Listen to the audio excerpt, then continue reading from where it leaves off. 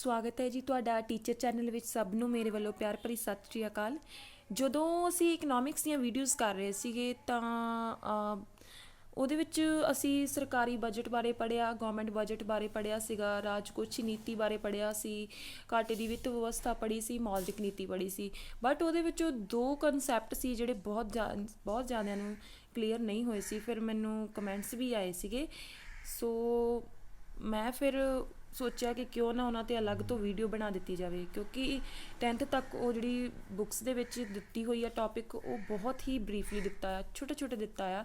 ਉਹ ਮਤਲਬ ਜਿਨ੍ਹਾਂ ਨੇ BA ਤੱਕ ਪੜ੍ਹੀ ਹੋਈ ਉਹਨਾਂ ਨੂੰ ਤਾਂ ਪਤਾ ਲੱਗ ਜਾਏਗਾ, ਜਿਨ੍ਹਾਂ ਨੇ ਸਿਰਫ 10th ਤੱਕ ਹੀ ਕੀਤੀ ਹੈ ਇਕਨੋਮਿਕਸ, ਉਹਨਾਂ ਨੂੰ ਨਹੀਂ ਉਹ ਪਤਾ ਲੱਗਣਾ। ਠੀਕ ਹੈ, ਸੋ ਆਪਾਂ ਇਹ ਕਰਦੇ ਹਾਂ ਅੱਜ। ਠੀਕ ਹੈ, ਪਹਿਲਾਂ ਆਪਾਂ ਨਾਲ 10th ਦਾ ਪੜ੍ਹਾਂਗੇ, ਫਿਰ ਨਾਲ ਥੋੜ੍ਹਾ ਜਿਹਾ BA 'ਚੋਂ ਵੀ ਲਵਾਂਗੇ ਮਟੀਰੀਅਲ, ਅਤੇ ਫਿਰ ਤੁਹਾਨੂੰ ਕਲੀਅਰ ਆਊਟ ਹੋਵੇਗਾ ਇਹ। ਫਿਰ ਆਪਾਂ ਨੂੰ ਸਾਰੀ ਉਮਰ ਨਹੀਂ ਭੁੱਲਣਾ ਹੈਗਾ, ਇਹਦੇ ਵਿੱਚੋਂ ਬਹੁਤ ਸਾਰੇ ਕੁਐਸਚਨ ਨਿਕਲ ਆਉਣੇ ਆਪਣੇ। ਠੀਕ ਹੈ, ਕਨਸੈਪਟ ਇਹ ਕਲੀਅਰ ਹੋ ਗਿਆ ਨਾ, ਤੁਹਾਡੇ ਹੋਰ ਕੁਐਸਚਨ ਬੜੇ ਤੇਜ਼ੀ ਨਾਲ ਹੋ ਜਾਣੇ ਆ। ਅਤੇ ਕਰਦੇ ਹਾਂ ਫਿਰ ਫਿਸਕਲ ਪੋਲਿਸੀ ਕਹਿੰਦੇ ਇਹਨੂੰ, ਇੰਗਲਿਸ਼ ਦੇ ਵਿੱਚ ਰਾਜਕੋਸ਼ੀ ਨੀਤੀ। 10th ਕਲਾਸ ਦੀ ਬੁੱਕ ਦੇ ਵਿੱਚ ਆਹ ਚੀਜ਼ ਦਿੱਤੀ ਹੈ ਜੋ ਤੁਹਾਡੇ ਸਾਹਮਣੇ ਦਿਸ ਰਹੀ ਹੈ। ਇਹ ਮਟੀਰੀਅਲ 10th ਕਲਾਸ ਦੀ ਬੁੱਕ 'ਚ ਹੈ। ਦੇਖੋ, ਆਧੁਨਿਕ ਯੁੱਗ ਵਿੱਚ ਸਰਕਾਰ ਦੀਆਂ, ਆਪਾਂ ਕੱਲਾ ਮੀਨਿੰਗ ਪੜ੍ਹਾਂਗੇ, ਸਰਕਾਰ ਦੀਆਂ ਆਰਥਿਕ ਕਿਰਿਆਵਾਂ ਬਹੁਤ ਵੱਧ ਗਈਆਂ ਹਨ। ਠੀਕ ਹੈ, ਦੇਖੋ ਮਤਲਬ ਆਰਥਿਕ ਕਿਰਿਆਵਾਂ ਮਤਲਬ ਤੁਹਾਨੂੰ ਪਤਾ ਹੀ ਹੈ, ਉਤਪਾਦਨ, ਉਪਭੋਗ, ਨਿਵੇਸ਼। ਠੀਕ ਹੈ ਨਾ, ਇਹ ਸਾਰੀਆਂ ਆਰਥਿਕ ਕਿਰਿਆਵਾਂ ਹੁੰਦੀਆਂ ਨੇ। ਠੀਕ ਹੈ ਨਾ, ਪਹਿਲਾਂ ਜਿਹੜੀ ਇਕੋਨਮੀ ਸੀ ਥੋੜ੍ਹੀ ਬੈਕਵਰਡ ਸੀ, ਬਟ ਹੁਣ ਜਿਹੜੀ ਇਕੋਨਮੀ ਆ ਡਿਵੈਲਪ ਹੋ ਰਹੀ ਹੈ। ਠੀਕ ਹੈ ਨਾ, ਸੋ ਇਸ ਕਰਕੇ ਆਰਥਿਕ ਕਿਰਿਆਵਾਂ ਵੀ ਵੱਧ ਰਹੀਆਂ ਨੇ। ਠੀਕ ਹੈ, ਸਰਕਾਰ ਦੀਆਂ। ਅਤੇ ਸਰਕਾਰ ਆਪਣੀ ਆਮਦਨ ਅਤੇ ਖਰਚਿਆਂ ਵਿੱਚ ਪਰਿਵਰਤਨ ਕਰਕੇ ਕੁੱਲ ਮੰਗ ਨੂੰ ਪ੍ਰਭਾਵਿਤ ਕਰ ਸਕਦੀ ਹੈ। ਠੀਕ ਹੈ ਨਾ, ਹੁਣ ਇਸ ਲਾਈਨ ਦਾ ਤੁਸੀਂ ਜੇ ਮਤਲਬ ਸਮਝ ਲਿਆ ਤਾਂ ਸਾਰਾ ਕੁਛ ਹੀ ਕਲੀਅਰ ਹੋ ਜਾਣਾ। ਠੀਕ ਹੈ ਨਾ, ਦੇਖੋ ਸਰਕਾਰ ਆਪਣੀ ਆਮਦਨ ਅਤੇ ਖਰਚ ਵਿੱਚ ਪਰਿਵਰਤਨ। ਦੇਖੋ ਕੁੱਲ ਮੰਗ ਕੀ ਹੁੰਦੀ ਆ? ਜਿਹੜੀ ਸਾਰੀ ਟੋਟਲ ਮੰਗ ਆ। ਇੱਕ ਪਰ ਟੋਟਲ ਮੰਗ ਦਾ ਮਤਲਬ ਇਹ ਨਹੀਂ ਕਿ ਕੋਈ ਵੀ ਸਮਾਂ, ਇੱਕ ਸਪੈਸੀਫਿਕ ਪੀਰੀਅਡ ਦੇ ਅੰਡਰ, ਮਤਲਬ 1 ਸਾਲ ਦੇ ਅੰਡਰ ਜਿਹੜੀ ਕੁੱਲ ਮੰਗ ਵਾ ਨਾ, ਕਿ ਸਾਰਿਆਂ ਦੀ ਜਿੰਨੀ ਟੋਟਲ ਮੰਗ ਆ ਉਹ ਕੁੱਲ ਮੰਗ। ਦੇਖੋ ਆਮਦਨ ਅਤੇ ਖਰਚ ਰਾਹੀਂ ਕਿੱਦਾਂ ਚੇਂਜ ਕਰਕੇ ਗੌਰਮੈਂਟ ਕਿੱਦਾਂ ਕੁੱਲ ਮੰਗ ਨੂੰ ਅਫੈਕਟ ਕਰਦੀ। ਦੇਖੋ ਜਦੋਂ ਸਰਕਾਰ ਕਰੇਗੀ ਖਰਚ ਕਿਸ ਰੂਪ ਵਿੱਚ ਕਰੇਗੀ? ਜਾਂ ਤਾਂ ਪੈਨਸ਼ਨਾਂ ਦੇਵੇਗੀ, ਵਜ਼ੀਫੇ ਦੇਵੇਗੀ, ਜਾਂ ਸੜਕਾਂ ਪੁੱਲ ਬਣਾਵੇਗੀ। ਦੇਖੋ ਪੈਨਸ਼ਨਾਂ ਵਜ਼ੀਫੇ ਦੇਵੇਗੀ ਤਾਂ ਵੀ ਸਾਡੇ ਕੋਲ ਪੈਸੇ ਆ ਜਾਣੇ। ਠੀਕ ਹੈ ਨਾ, ਜੇ ਸੜਕਾਂ ਪੁੱਲ ਵਗੈਰਾ ਜਾਂ ਰੋਜ਼ਗਾਰ ਦੇ ਕੰਮ ਖੋਲ੍ਹੇਗੀ, ਸਰਕਾਰ ਦੇ ਖਰਚ ਹੋਣੇ ਆ, ਉਹਦੇ ਨਾਲ ਕੀ ਹੋਣਾ? ਸਾਨੂੰ ਕੀ ਹੈ? ਰੁਜ਼ਗਾਰ ਮਿਲਣਾ, ਉਹਦੇ ਨਾਲ ਸਾਡੇ ਕੋਲ ਪੈਸੇ ਆਉਣੇ ਆ। ਦੈਨ ਕੀ ਹੋਵੇਗਾ? ਪੈਸੇ ਆਉਣਗੇ ਤਾਂ ਕੀ ਹੋਵੇਗਾ? ਸਾਡੀ ਜਿਹੜੀ ਪਰਚੇਜ਼ਿੰਗ ਪਾਵਰ ਵਧੇਗੀ। ਠੀਕ ਹੈ ਨਾ, ਸਾਡੀ ਜਿਹੜੀ ਡਿਮਾਂਡ ਆ ਉਹ ਵਧੇਗੀ ਚੀਜ਼ਾਂ ਦੇ ਲਈ। ਠੀਕ ਹੈ ਨਾ, ਚੀਜ਼ਾਂ ਦੇ ਲਈ ਡਿਮਾਂਡ ਵਧੇਗੀ ਤਾਂ ਉਤਪਾਦਨ ਵਧੇਗਾ। ਇਹ ਚੀਜ਼ਾਂ ਸਾਰੀਆਂ ਇੱਕ ਦੂਜੇ ਨਾਲ ਕੋਰਿਲੇਟ ਹੁੰਦੀਆਂ ਹੈ। ਠੀਕ ਹੈ, ਸੋ ਅਤੇ ਜਦੋਂ ਸਰਕਾਰ ਕੁੱਲ ਮੰਗ ਨੂੰ ਘੱਟ ਕਰਨਾ ਚਾਹਵੇ, ਠੀਕ ਹੈ ਨਾ, ਮਤਲਬ ਇਕੋਨਮੀ ਦੇ ਵਿੱਚ, ਤਾਂ ਫਿਰ ਸਰਕਾਰ ਕੀ ਕਰਦੀ? ਆਪਣੇ ਖਰਚੇ ਘਟਾ ਦਿੰਦੀ ਹੈ, ਸਾਡੇ 'ਤੇ ਟੈਕਸਿਸ ਲਾ ਦਿੰਦੀ ਹੈ, ਤਾਂ ਕਿ ਸਾਡੇ ਕੋਲ ਪਰਚੇਜ਼ਿੰਗ ਪਾਵਰ ਘੱਟ ਹੋ ਜਾਵੇ ਅਤੇ ਸਾਡੀ ਮੰਗ ਜਿਹੜੀ ਆ ਉਹ ਘੱਟ ਹੋ ਜਾਵੇ। ਠੀਕ ਹੈ ਨਾ, ਅਸੀਂ ਜਿਹੜੀ ਚੀਜ਼ਾਂ ਦੇ ਲਈ ਮੰਗ ਕਰਦੇ ਹਾਂ। ਠੀਕ ਹੈ ਨਾ, ਸੋ ਆਮਦਨ ਅਤੇ ਖਰਚ ਰਾਹੀਂ ਸਰਕਾਰ ਜਿਹੜੀ ਆ ਉਹਨਾਂ ਵਿੱਚ ਚੇਂਜਿਸ ਕਰਕੇ ਕੁੱਲ ਮੰਗ ਨੂੰ ਬਹੁਤ ਵੱਡੇ ਪੱਧਰ 'ਤੇ ਅਫੈਕਟ ਕਰਦੀ ਹੈ। ਠੀਕ ਹੈ ਜੀ, ਅਗਲਾ ਦੇਖੋ ਕੀ ਹੈ ਲਾਈਨ। ਸਰਕਾਰ ਦੀ ਆਮਦਨ ਅਤੇ ਖਰਚ ਸੰਬੰਧੀ ਨੀਤੀ ਨੂੰ ਕੀ ਕਿਹਾ ਜਾਂਦਾ ਹੈ? ਰਾਜਕੋਸ਼ੀ ਨੀਤੀ ਕਿਹਾ ਜਾਂਦਾ ਹੈ। ਠੀਕ ਹੈ, 10th ਕਲਾਸ ਦੀ ਬੁੱਕ ਵਿੱਚ ਲਿਖਿਆ ਹੈ। ਠੀਕ ਹੈ ਨਾ, ਰਾਜਕੋਸ਼ੀ ਨੀਤੀ ਦੇ ਉਦੇਸ਼। ਹੁਣ ਦੇਖੋ ਇਹ ਕਿਉਂ ਬਣਾਈ ਜਾਂਦੀ ਹੈ? ਇਹਦੇ ਕੁਛ ਮੋਟਿਵਸ ਹੁੰਦੇ ਆ, ਕੁਛ ਇਹਨਾਂ ਦੀਆਂ ਮਤਲਬ ਟਾਰਗੇਟਸ ਹੁੰਦੇ ਆ ਜਿਹਨਾਂ ਨੂੰ ਅਚੀਵ ਕਰਨਾ ਸਰਕਾਰ ਦਾ ਜਿਹੜਾ ਉਦੇਸ਼ ਹੁੰਦਾ। ਕੀ ਹੈ? ਆਰਥਿਕ ਵਿਕਾਸ ਕਰਨਾ। ਠੀਕ ਹੈ ਨਾ, ਇਕੋਨਮਿਕ ਡਿਵੈਲਪਮੈਂਟ, ਕੀਮਤ ਸਥਿਰਤਾ ਕਰਨੀ। ਠੀਕ ਹੈ ਨਾ, ਪ੍ਰਾਈਸ ਸਟੇਬਿਲਿਟੀ ਕਰਨੀ, ਵਟਾਂਦਰਾ ਸਥਿਰਤਾ ਹੋ ਗਿਆ, ਪੂਰਨ ਰੁਜ਼ਗਾਰ ਹੋ ਗਿਆ, ਫੁੱਲ ਇੰਪਲੋਇਮੈਂਟ। ਠੀਕ ਹੈ ਨਾ, ਆਰਥਿਕ ਸਮਾਨਤਾ, ਇਕਨੋਮਿਕ ਇਕੁਐਲਿਟੀ। ਸੋ ਇਹ ਹੋ ਚੀਜ਼ ਇਹਨਾਂ ਨੂੰ ਹੁਣ ਮੈਂ ਤੁਹਾਨੂੰ ਨੀਚੇ ਜਿਹੜਾ ਆ ਅਗਲੇ ਪੇਜ ਦੇ ਵਿੱਚ ਆਪਾਂ ਡਿਟੇਲ 'ਚ ਇਹਨਾਂ ਨੂੰ ਕਰਾਂਗੇ। ਠੀਕ ਹੈ ਬਈ, ਅੱਕਣਾ ਨਹੀਂ ਆ, ਪੜ੍ਹਨਾ ਹੈ ਤਾਂ ਫਿਰ ਅੱਕਣਾ ਨਹੀਂ ਆ। ਪਰਿਭਾਸ਼ਾ, ਡੈਫੀਨੇਸ਼ਨ। ਡਾਲਟਨ ਪ੍ਰਸਿੱਧ ਇਕੋਨਮਿਸਟ ਹੋਏ ਨੇ। ਦੇ ਸ਼ਬਦਾਂ ਵਿੱਚ ਕੀ ਹੈ? ਸਰਕਾਰ ਦੀ ਨਿਸ਼ਚਿਤ ਉਦੇਸ਼ਾਂ ਦੀ ਪ੍ਰਾਪਤੀ ਲਈ ਆਮਦਨ, ਖਰਚ ਅਤੇ ਕਰਜ਼ਾ ਸੰਬੰਧੀ ਨੀਤੀ ਨੂੰ ਕੀ ਕਿਹਾ ਜਾਂਦਾ? ਰਾਜਕੋਸ਼ੀ ਨੀਤੀ ਕਿਹਾ ਜਾਂਦਾ ਹੈ। ਠੀਕ ਹੈ ਨਾ, ਕੀ ਕਿਹਾ ਜਾਂਦਾ ਹੈ?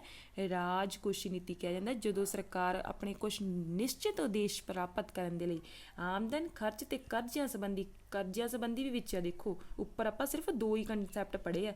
ਠੀਕ ਹੈ ਨਾ, ਡਿਟੇਲ ਜਾ ਰਹੀ ਨਾ ਅੱਗੇ। ਦੇਖੋ ਕਰਜ਼ੇ, ਜਦੋਂ ਘਾਟੇ ਦੀ ਵਿੱਤ ਵਿਵਸਥਾ ਹੁੰਦੀ ਆ, ਘਾਟੇ ਦੀ ਵਿੱਤ ਵਿਵਸਥਾ ਆਪਾਂ ਪੜ੍ਹਿਆ ਪਿੱਛੇ। ਠੀਕ ਹੈ ਨਾ, ਜਦੋਂ ਉਹ ਚੀਜ਼ ਹੁੰਦੀ ਆ ਫਿਰ ਸਰਕਾਰ ਕੀ ਕਰਦੀ? ਉਸ ਕੰਡੀਸ਼ਨ ਵਿੱਚ ਕਰਜ਼ੇ ਲੈਂਦੀ। ਫਿਰ ਉਹ ਵੀ ਨੀਤੀ ਕਿਹਦੇ ਅੰਡਰ ਆ ਜਾਂਦੀ ਆ? ਰਾਜਕੋਸ਼ੀ ਨੀਤੀ ਦੇ ਅੰਡਰ ਆ ਜਾਂਦੀ, ਫਿਸਕਲ ਪਾਲਿਸੀ ਦੇ ਅੰਡਰ। ਹੁਣ ਦੇਖੋ ਜ਼ਰਾ, ਆਹ ਦੇਖੋ, ਇੱਥੇ ਤੁਹਾਨੂੰ ਹੋਰ ਵੀ ਕਲੀਅਰ ਹੋਵੇਗਾ। ਹਾਂ, ਇਹ ਸਾਰਾ ਉਹੀ ਆ। ਆਧੁਨਿਕ ਯੁੱਗ ਵਿੱਚ ਹਰੇਕ ਦੇਸ਼ ਦੀ ਸਰਕਾਰ ਦਾ ਆਰਥਿਕ ਕਿਰਿਆਵਾਂ 'ਤੇ ਬਹੁਤ ਪ੍ਰਭਾਵ ਪੈਂਦਾ। ਸਰਕਾਰ ਦੀ ਨਿਸ਼ਚਿਤ ਉਦੇਸ਼ਾਂ ਨੂੰ ਪ੍ਰਾਪਤ ਕਰਨ ਲਈ ਇੱਥੇ 3 ਵਰਡ ਆ, ਦੇਖੋ ਹੁਣ ਧਿਆਨ ਨਾਲ। ਆਮਦਨ, ਖਰਚ ਤੇ ਕਰਜ਼ਿਆਂ ਸੰਬੰਧੀ ਨੀਤੀ ਨੂੰ ਕੀ ਕਿਹਾ ਜਾਂਦਾ? ਰਾਜਕੋਸ਼ੀ ਨੀਤੀ ਕਿਹਾ ਜਾਂਦਾ, ਫਿਸਕਲ ਪਾਲਿਸੀ। ਠੀਕ ਹੈ ਨਾ। Fiscal policy is the policy concerning the revenue, expenditure and debit, ਠੀਕ ਹੈ ਨਾ, of the government for achieving defined objectives. ठीक है ना। कुछ निश्चित उद्देश होंगे सरकार उहदां दे लई। फिर तीन राजकोशी विच 3 तत्थ जिहड़े आ जांदे आ, नोट कर लेना। सरकार दी आमदन आ जांदी, खर्च आ जांदी ते सरकार दे कर्जिਆਂ संबंधी जो भी पॉलिसी हुंदी आ सरकार दी उस नूं किहा जांदा राजकोशी नीति। ठीक है ना। हुण अंग्रेजी विच आपां इहनूं कहंदे आ फिस्कल पॉलिसी। की कहंदे आ? Fiscal policy. और हुण इहदे विच फिसिक दा की मतलब है? देखो, फिसिक दा मतलब है ट्रैजरी। की है? ट्रैजरी। ट्रैजरी दा भाव है सरकार दे खजाने संबंधी जो भी नीति आ। ठीक है ना। सरकार दे खजाने विच किहड़े-किहड़े पहलू आ जांदे आ? देखो, सरकार दे खजाने मतलब धन, पैसा। ठीक है ना। देखो, आमदन भी उहदे विच आ जानी, खर्च भी उहदे विच आ जाने, कर्जे भी। ठीक है ना। देखो, जो आमदन होवेगी तो सरकार दा खजाना भरेगा, खर्च होवे सरकार दा खजाना खाली होना शुरू होवेगा ना। जिद्दां साडी सरकार कहंदी साडा खजाना खाली, पर खाली नहीं आ। ठीक है ना। पता नहीं किन्ने गरीबां दा खून विच पिया होना। चलो कोई नहीं, चलदा है। हाँ जी, अगे है जी, इसलिए ट्रैजरी भाव सरकारी खजाने संबंधी नीति राजकोशी नीति अखवाउंदी है। ठीक है ना। वर्तमान समय विच राजकोशी नीति की महत्ता बहुत वध गई है। ठीक है। की है? बहुत वध गई है। हुण असीं इन्हां दे राजकोशी नीति के उद्देश, ऑब्जैक्टिव्स ऑफ फिस्कल पॉलिसी, जिहड़े हुण आपां उपर ऑब्जैक्ट्स कीते सी ना, राजकोशी नीति के उद्देश की आ, वो देखो तुहानूं 10th की बुक 'च सिर्फ हैडिंग्स दित्तियां ने, पर आ मैं BA की बुक 'चों लैके आई हाँ। इहदे विच थोड़ी एक्सप्लैनेशन है, तुहानूं बहुत ज़्यादा क्लीयर होवेगा। देखो, पहला उद्देश है फुल इंप्लॉयमेंट, पूर्ण रोज़गार। पूर्ण रोज़गार दा टारगेट पूरा करन दे वास्ते सरकार की है? सरकार की करदी है? फिस्कल पॉलिसी नूं अडॉप्ट करती है, बनाती है। ठीक है ना। देखो कि हरेक सरकार का टीचा होंदा है कि देश में पूर्ण रोज़गार की स्थिति। पूर्ण रोज़गार की होंदा? पूर्ण रोज़गार का मतलब ना जो सब नूं काम मिले। ठीक है ना। वो उस कंडीशन नूं कहंदे आ इकनॉमिक्स दे विच फुल इंप्लॉयमेंट, जिहड़ी कि हजे नहीं है। ठीक है ना। बहुत सारे लोग बेरोज़गार बैठे ने। ठीक है। इस देश की प्राप्ति लिए सरकार कुल मंग विच वाधा करने लई की करदी है? सर्वजनक खर्च करदी आ। मैं तुहानूं पहला भी दस्सिया सी कि जो सरकार सर्वजनक खर्च करदी आ, पब्लिक एक्सपेंडिचर करदी आ, तो उहदे नाल की हुंदा है? सानूं रोज़गार मिलदा। जिद्दां कि सरकार ने सड़कां ते सड़कां बनाउण दा टारगेट, सड़कां बनाउणियां शुरू कर दित्तियां, पुल बनाउणे शुरू कर दित्ते, पैंशनां देणियां शुरू करतियां, उहदे नाल साडी कुल मंग वधदी आ। जो सड़कां बननियां शुरू होण, सड़कां दा कोई प्रोजैक्ट शुरू हुंदा, सानूं रोज़गार मिलदा, बहुत सारे लोकां नूं पुलां ते रोज़गार मिलदा। सो इहदे नाल की हुंदा आ? फुल इंप्लॉयमेंट की कंडीशन दे विच आ जांदी आ। ठीक है ना, इकोनॉमी। ठीक है ना। फिर जो आ देखो अगे की है, तो करां विच कमी कर दिंदी आ, कर जिहड़े आ वो घट कर दिंदी आ। ठीक है ना। जिस नाल निजी खेतर नूं खर्च करन दी वधेरे प्रेरणा प्राप्त हो जाती। जिहड़ा प्राइवेट सैक्टर हुंदा उहनूं वो जिहड़े होर इंस्पायर हुंदे आ खर्च करन दे लई। कुल मंग विच वाधा होण दे फलस्वरूप उत्पादन विच वधेरे वाधा होवेगा ते रोज़गार विच वाधा। ये पहलां ही आपां दस लिया कि जो साडी डिमांड वधण लग जांदी है, फिर चीज़ां दी लोड़ हुंदी है, इस करके उत्पादन तो वधेगा ते रोज़गार विच तो वाधा होना ही होना, क्योंकि सरकार खर्च कर रही है। ठीक है जी। अगला है जी कीमत स्थिरता, प्राइस स्टेबिलिटी। ਇਹਦਾ मतलब ਹੁੰਦਾ कीमत स्थिरता ਦੀ ਸਥਿਤੀ ਨੂੰ ਪ੍ਰਾਪਤ ਕਰਨਾ ਰਾਜਕੋਸ਼ੀ ਨੀਤੀ ਦਾ ਮਹੱਤਵਪੂਰਨ ਉਦੇਸ਼ ਹੈ। ਕੀਮਤਾਂ ਦੇ ਵਧੇਰੇ ਹੋਣ ਭਾਵ ਮੁਦਰਾ ਸਫੀਤੀ ਦੀ ਇਨਫਲੇਸ਼ਨ ਦੀ ਸਥਿਤੀ ਵਿੱਚ ਰਾਜਕੋਸ਼ੀ ਨੀਤੀ ਦੁਆਰਾ ਕੁੱਲ ਮੰਗ ਨੂੰ ਘੱਟ ਕਰਨ ਲਈ ਸਰਵਜਨਕ ਖਰਚ ਵਿੱਚ ਕਮੀ ਕੀਤੀ ਜਾਂਦੀ ਆ। ਠੀਕ ਹੈ। ਜਦੋਂ ਕੀਮਤਾਂ ਬਹੁਤ ਜ਼ਿਆਦਾ ਵੱਧ ਜਾਂਦੀਆਂ ਨਾ, ਲਗਾਤਾਰ ਵੱਧਦੀਆਂ ਰਹਿੰਦੀਆਂ ਨੇ, ਨਿਰੰਤਰ ਵਾਧਾ ਹੁੰਦਾ ਰਹਿੰਦਾ, ਇਨਫਲੇਸ਼ਨ ਪੜ੍ਹਿਆ ਸੀ ਨਾ ਆਪਾਂ, ਤੇ ਉਹਦੀ ਸਥਿਤੀ ਵਿੱਚ ਕੀ ਹੁੰਦਾ ਹੈ? ਰਾਜਕੋਸ਼ੀ ਨੀਤੀ ਦੁਆਰਾ ਕੀ ਫਿਸਕਲ ਪਾਲਿਸੀ ਗਵਰਨਮੈਂਟ ਕੀ ਕਰਦੀ ਹੈ? ਸਾਡੀ ਜਿਹੜੀ ਡਿਮਾਂਡ ਆ, ਦੇਖੋ ਪ੍ਰਾਈਸ ਕਿਉਂ ਵੱਧਦੇ ਆ, ਪਹਿਲਾਂ ਇਹ ਦੱਸੋ ਪ੍ਰਾਈਸ ਕਿਉਂ ਵੱਧਦੇ ਆ? ਪ੍ਰਾਈਸ ਕਿਉਂ ਵੱਧਦੇ? ਕਿਉਂਕਿ ਸਾਡੀ ਡਿਮਾਂਡ ਜ਼ਿਆਦਾ ਹੁੰਦੀ ਹੈ। ਪ੍ਰਾਈਸ ਕਿਉਂ ਵੱਧਦੇ ਆ? ਕਿਉਂਕਿ ਡਿਮਾਂਡ ਜਿਹੜੀ ਆ ਉਹ ਜ਼ਿਆਦਾ ਹੁੰਦੀ ਆ। ਤੇ ਇਹ ਡਿਮਾਂਡ ਘੱਟ ਕਿੱਦਾਂ ਕਰ ਸਕਦੀ ਹੈ ਸਰਕਾਰ? ਫਿਸਕਲ ਪਾਲਿਸੀ ਨਾਲ ਕੀ ਕਰ ਸਕਦੀ ਹੈ? ਸਰਵਜਨਕ ਖਰਚ ਘੱਟ ਕਰ ਦੇਵੇਗੀ। ਜਦੋਂ ਸਰਵਜਨਕ ਖਰਚ ਘੱਟ ਹੋ ਗਏ, ਸਾਨੂੰ ਰੁਜ਼ਗਾਰ ਘੱਟ ਮਿਲਣਾ, ਉਹਦੇ ਨਾਲ ਕੀ ਆ? ਸਾਡੇ ਕੋਲ ਪੈਸੇ ਘੱਟ ਹੋਣਗੇ ਤੇ ਅਸੀਂ ਆਪੇ ਡਿਮਾਂਡ ਘੱਟ ਕਰਾਂਗੇ। ਠੀਕ ਹੈ ਜੀ। ਸੋ ਅੱਗੇ ਕੀ ਹੈ? ਪ੍ਰਤੱਖ ਤੇ ਕਈ ਤਰ੍ਹਾਂ ਦੇ ਅਪ੍ਰਤੱਖ ਕਰਾਂ ਵਿੱਚ ਵਾਧਾ। ਜਦੋਂ ਟੈਕਸਿਸ ਦੇ ਵਿੱਚ ਵਾਧਾ ਹੋ ਗਿਆ ਤਾਂ ਸਾਡੇ ਕੋਲ ਪਰਚੇਜ਼ਿੰਗ ਪਾਵਰ ਘੱਟ ਜਾਣੀ, ਖਰੀਦਣ ਦੀ ਸ਼ਕਤੀ ਘੱਟ ਜਾਣੀ ਹੈ ਚੀਜ਼ਾਂ ਨੂੰ, ਤੇ ਸਾਡੀ ਮੰਗ ਤੇ ਆਪਣੇ ਆਪ ਡਾਊਨ ਹੋ ਜਾਣੀ। ਠੀਕ ਹੈ ਨਾ। ਜਿਸ ਨਾਲ ਲੋਕਾਂ ਦੀ ਖਰੀਦ ਸ਼ਕਤੀ ਘੱਟ ਹੋ ਸਕੇ। ਮੁਦਰਾ ਵਿਸਫੀਤੀ, ਡਿਫਲੇਸ਼ਨ। ਠੀਕ ਹੈ ਨਾ। ਇਹਦੇ ਵਿੱਚ ਕੀ ਹੁੰਦਾ? ਜਾਂ ਮੰਦੀ, ਜਿੱਦਾਂ ਡਿਪਰੈਸ਼ਨ। ਠੀਕ ਹੈ ਨਾ।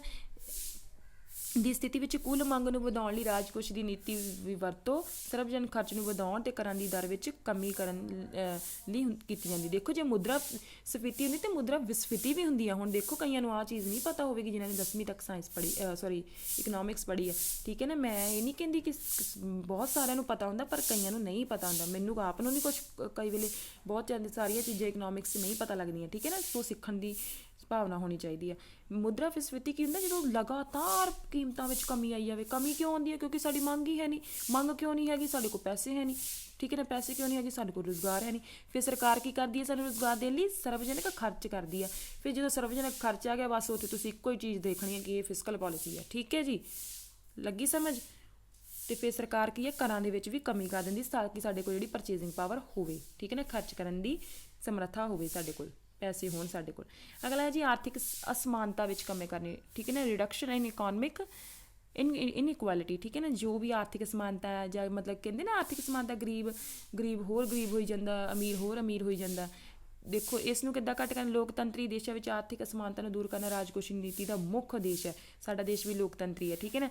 ਆਰਥਿਕ ਅਸਮਾਨਤਾ ਨੂੰ ਦੂਰ ਕਰਨ ਲਈ ਪ੍ਰਗਤੀਸ਼ੀਲ ਪ੍ਰਤੱਖ ਕਰ, ਹਾਂ ਇੱਥੇ ਦੇਖੋ ਹੁਣ ਜਰਾ ਕਿ ਤੁਸੀਂ ਆਹ ਚੀਜ਼ ਨਹੀਂ ਪਤਾ ਹੋਣੀ। ਪ੍ਰਗਤੀਸ਼ੀਲ ਪ੍ਰਤੱਖ ਕਰ ਕੀ ਹੁੰਦੇ? ਪ੍ਰਗਤੀਸ਼ੀਲ ਪ੍ਰਤੱਖ ਕਰ ਉਹ ਕਰ ਹੁੰਦੇ ਆ ਜਿਹੜੇ ਆਮਦਨ ਵਧਣ ਨਾਲ ਵੱਧਦੇ ਆ। ਜਿੱਦਾਂ ਜੇ ਇੱਕ ਇੰਪਲੋਇਮੈਂਟ ਦੀ ਹੁਣ 10,000 ਆਮਦਨ ਆ, ਠੀਕ ਹੈ ਨਾ, 10,000 ਆਮਦਨ ਹੈ ਨਾ, ਤਾਂ ਹੁਣ ਉਹਦਾ ਕਰ ਮਤਲਬ ਜਿੰਨਾ ਵੀ ਹੈ, ਫਿਰ ਜਦੋਂ ਉਹਦੀ ਇਨਕਮ ਜਿਹੜੀ ਹੈ 40,000 ਹੋ ਗਈ ਹੈ ਨਾ, ਤਾਂ ਉਹਦਾ ਕਰ ਹੋਰ ਵੱਧ ਜਾਣਾ। ਮਤਲਬ ਸਿੱਧੀ ਕਹਿਣ ਦੀ ਗੱਲ ਆ ਕਿ ਆਮਦਨ ਦੇ ਵਧਣ ਨਾਲ ਜਿਹੜਾ ਕਰ ਵੱਧਦਾ ਹੈ ਨਾ, ਜਿੰਨੀ ਆਮਦਨ ਹੋਵੇ ਓਨਾ ਹੀ ਕਰ ਵਧੇਗਾ, ਜਿੰਨੀ ਆਮਦਨ ਘਟੇਗੀ ਓਨਾ ਹੀ ਕਰ ਘਟੇਗਾ। ਉਹਨੂੰ ਕੀ ਕਿਹਾ ਜਾਂਦਾ ਹੈ? ਪ੍ਰੋਗਰੈਸਿਵ ਕਰ ਕਿਹਾ ਜਾਂਦਾ ਹੈ। ਪ੍ਰਗਤੀਸ਼ੀਲ ਪ੍ਰਤੱਖ ਹੈ ਜਿਵੇਂ ਕਿ ਇਨਕਮ ਟੈਕਸ ਹੋ ਗਿਆ, ਦੇਖੋ ਆਮਦਨ ਕਰ ਹੋ ਗਿਆ, ਸੰਪਤੀ ਕਰ ਹੋ ਗਿਆ, ਮੌਤ ਕਰ ਆਦਿ ਵੱਧ ਮਾਤਰਾ ਵਿੱਚ ਲਗਾਏ ਜਾਂਦੇ ਹਨ, ਠੀਕ ਹੈ ਜੀ। ਸਮਝ ਲੱਗੀ? ਤਾਂ ਕਿ ਜਿਨ੍ਹਾਂ ਕੋਲ ਜ਼ਿਆਦਾ ਪੈਸੇ ਆ ਉਹਨਾਂ ਕੋਲ ਜ਼ਿਆਦਾ ਪੈਸੇ ਲਏ ਜਾਣ, ਠੀਕ ਹੈ। ਜਿਨ੍ਹਾਂ ਤੋਂ ਘੱਟ ਆ ਉਹਨਾਂ ਤੋਂ ਘੱਟ ਪੈਸੇ ਲਏ ਜਾਣ। ਪ੍ਰਗਤੀਸ਼ੀਲ ਕਰ ਦਾ ਮਤਲਬ ਹੀ ਇਹ ਹੈ ਕਿ ਜਿਨ੍ਹਾਂ ਤੋਂ ਘੱਟ ਵਾ ਉਹਨਾਂ ਤੋਂ ਜਿਨ੍ਹਾਂ ਦੀ ਆਮਦਨ ਘੱਟ ਆ ਉਹ ਘੱਟ ਪੈਸੇ ਦੇਣਗੇ, ਜਿਨ੍ਹਾਂ ਦੀ ਆਮਦਨ ਜ਼ਿਆਦਾ ਉਹ ਜ਼ਿਆਦਾ ਪੈਸੇ ਦੇਣਗੇ, ਠੀਕ ਹੈ ਜੀ।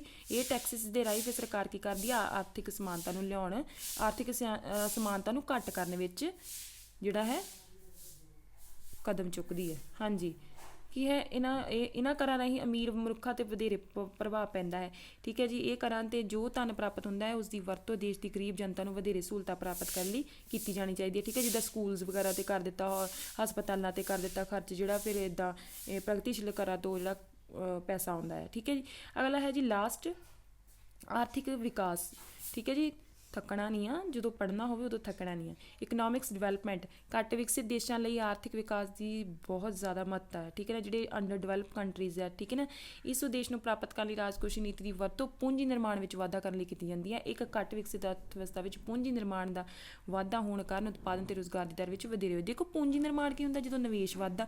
ਦੇਖੋ ਨਿਵੇਸ਼ ਤਾਂ ਉਦੋਂ ਹੀ ਹੋਵੇਗਾ ਜਦੋਂ ਸਾਡੇ ਕੋਲ ਸੇਵਿੰਗਸ ਹੋਣਗੀਆਂ, ਆਪਾਂ ਪਹਿਲਾਂ ਕੀਤਾ ਹੋਇਆ। ਦੇਖੋ ਜਦੋਂ ਬਚਤ ਹੋਵੇਗੀ ਤਾਂ ਨਿਵੇਸ਼ ਹੋਵੇਗਾ ਤਾਂ ਪੂੰਜੀ ਨਿਰਮਾਣ ਹੋਵੇਗਾ, ਠੀਕ ਹੈ ਜੀ। ਸਮਝ ਲੱਗੀ? ਪੂੰਜੀ ਨਿਰਮਾਣ ਦੇ ਨਾਲ ਉਤਪਾਦਨ ਹੋਵੇਗਾ। ਇਹ ਸਾਰਾ ਕੁਝ ਫਿਰ ਹੋਣ ਦੇ ਕਾਰਨ ਕੀ ਹੁੰਦਾ ਹੈ? ਉਤਪਾਦਨ ਤੇ ਰੁਜ਼ਗਾਰ ਦੀ ਦਰ ਵਿੱਚ ਵਾਧਾ ਹੋਵੇਗਾ, ਠੀਕ ਹੈ ਜੀ। ਉਚਿਤ ਰਾਜਕੋਸ਼ੀ ਨੀਤੀ ਦੀ ਕਮੀ ਵਿੱਚ ਘੱਟ ਵਿਕਸਿਤ ਦੇਸ਼ਾਂ ਲਈ ਆਪਣਾ ਆਰਥਿਕ ਵਿਕਾਸ ਕਰਨਾ ਸੰਭਵ ਨਹੀਂ ਆ, ਠੀਕ ਹੈ ਨਾ। ਜੇ ਫਿਸਕਲ ਪਾਲਿਸੀ ਕੋਈ ਵੀ ਸਰਕਾਰ ਉਹ ਸਰਕਾਰ ਜਿਸ ਦਾ ਦੇਸ਼ ਅੰਡਰ ਡਿਵੈਲਪ ਆ, ਜੋ ਡਿਵੈਲਪ, ਜਿੱਦਾਂ ਹੁਣ ਆਪਣੀ ਕੰਟਰੀ ਹੈ ਡਿਵੈਲਪਿੰਗ ਕੰਟਰੀ ਆ, ਅਸੀਂ ਵਿਕਾਸ ਕਰ ਰਹੇ ਹਾਂ, ਵਿਕਾਸਸ਼ੀਲ ਆ, ਠੀਕ ਹੈ ਨਾ।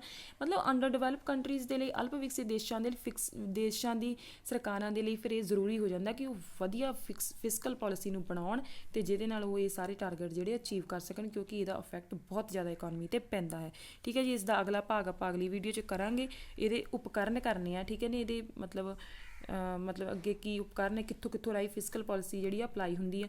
ਅਤੇ ਸੋ ਕਰਦੇ ਹਾਂ। ਧੰਨਵਾਦ ਤੁਹਾਡਾ ਬਹੁਤ। ਵੀਡੀਓ ਲੰਬੀ ਹੈ, ਚਲੋ ਕੋਈ ਗੱਲ ਨਹੀਂ। ਵੀਡੀਓ ਨੂੰ ਲਾਈਕ ਅਤੇ ਸ਼ੇਅਰ ਕਰ ਦੇਣਾ, ਚੈਨਲ ਨੂੰ ਸਬਸਕ੍ਰਾਈਬ ਕਰ ਲੈਣਾ।